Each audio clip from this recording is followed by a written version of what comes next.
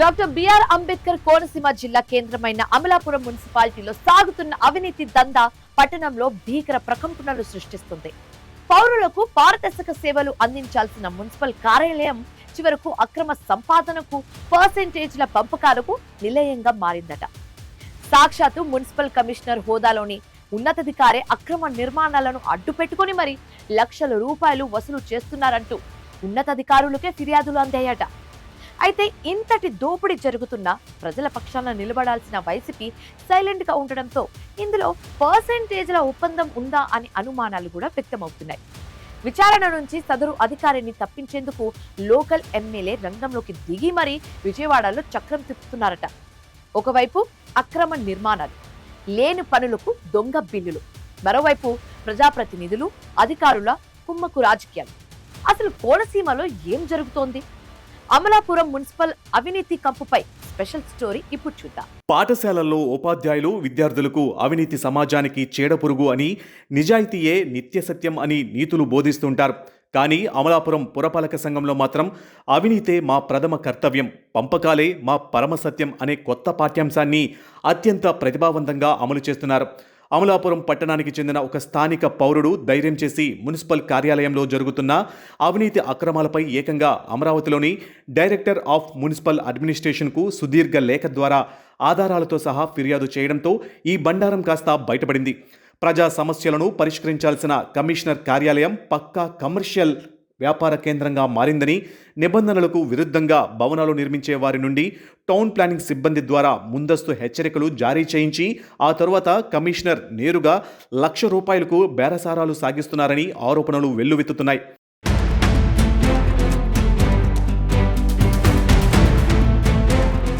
Municipality పరిధిలో అనుమతులు లేని భవనాలను, డ్రైనేజీలపై నిర్మిస్తున్న అక్రమ కట్టడాలను టౌన్ ప్లానింగ్ సిబ్బంది ముందుగా గుర్తించడం, ఆ వెంటనే భవన యజమానులను భయపెట్టి కమిషనర్ వద్దకు పంపించడం ఇక్కడ పరిపాటిగా మారింది. కమిషనర్ కార్యాలయంలో ₹1,00,000 నోట్ల కట్టలు చేతులు మారిన తరువాత ఎంతటి అక్రమ నిర్మాణానికైనా పచ్చజెండా ఊపేస్తున్నారని స్థానికులు మండిపడుతున్నారు.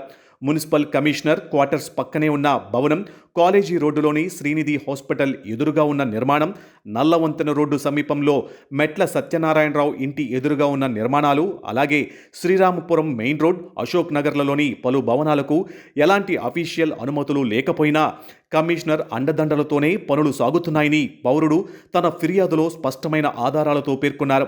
అధికార దుర్వినియోగానికి అమలాపురం మున్సిపాలిటీ పరాకాష్ఠగా మారిందనే ఆరోపణలు ఇప్పుడు గట్టిగా వినిపిస్తున్నాయి.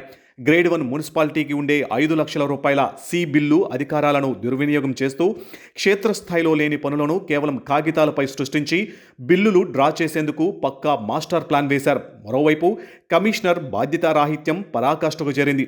ఆయన అమలాపురంలో ఉంటూ ప్రజలకు అందుబాటులో ఉండాల్సింది పోయి విజయవాడ నుంచే విధులు నిర్వర్తిస్తూ వర్క్ ఫ్రం హోమ్ తరహాలో పాలన నడుపుతున్నారట. ప్రతి వారాంతంలో ఒకరోజు ముందే సెలవు పెట్టి విజయవాడ వెళ్ళిపోవడం, అక్కడ నుంచే కంట్రోల్ చేయడం వల్ల మున్సిపల్ కార్యాలయానికి వచ్చే సామాన్య ప్రజలు తీవ్ర ఇబ్బందులు ఎదుర్కొంటున్నారు. బాధ్యతాయుతమైన పదవిలో ఉండి ఇలా ప్రవర్తించడంపై పట్టణవాసులు తీవ్ర ఆగ్రహాన్ని వ్యక్తం చేస్తున్నారు.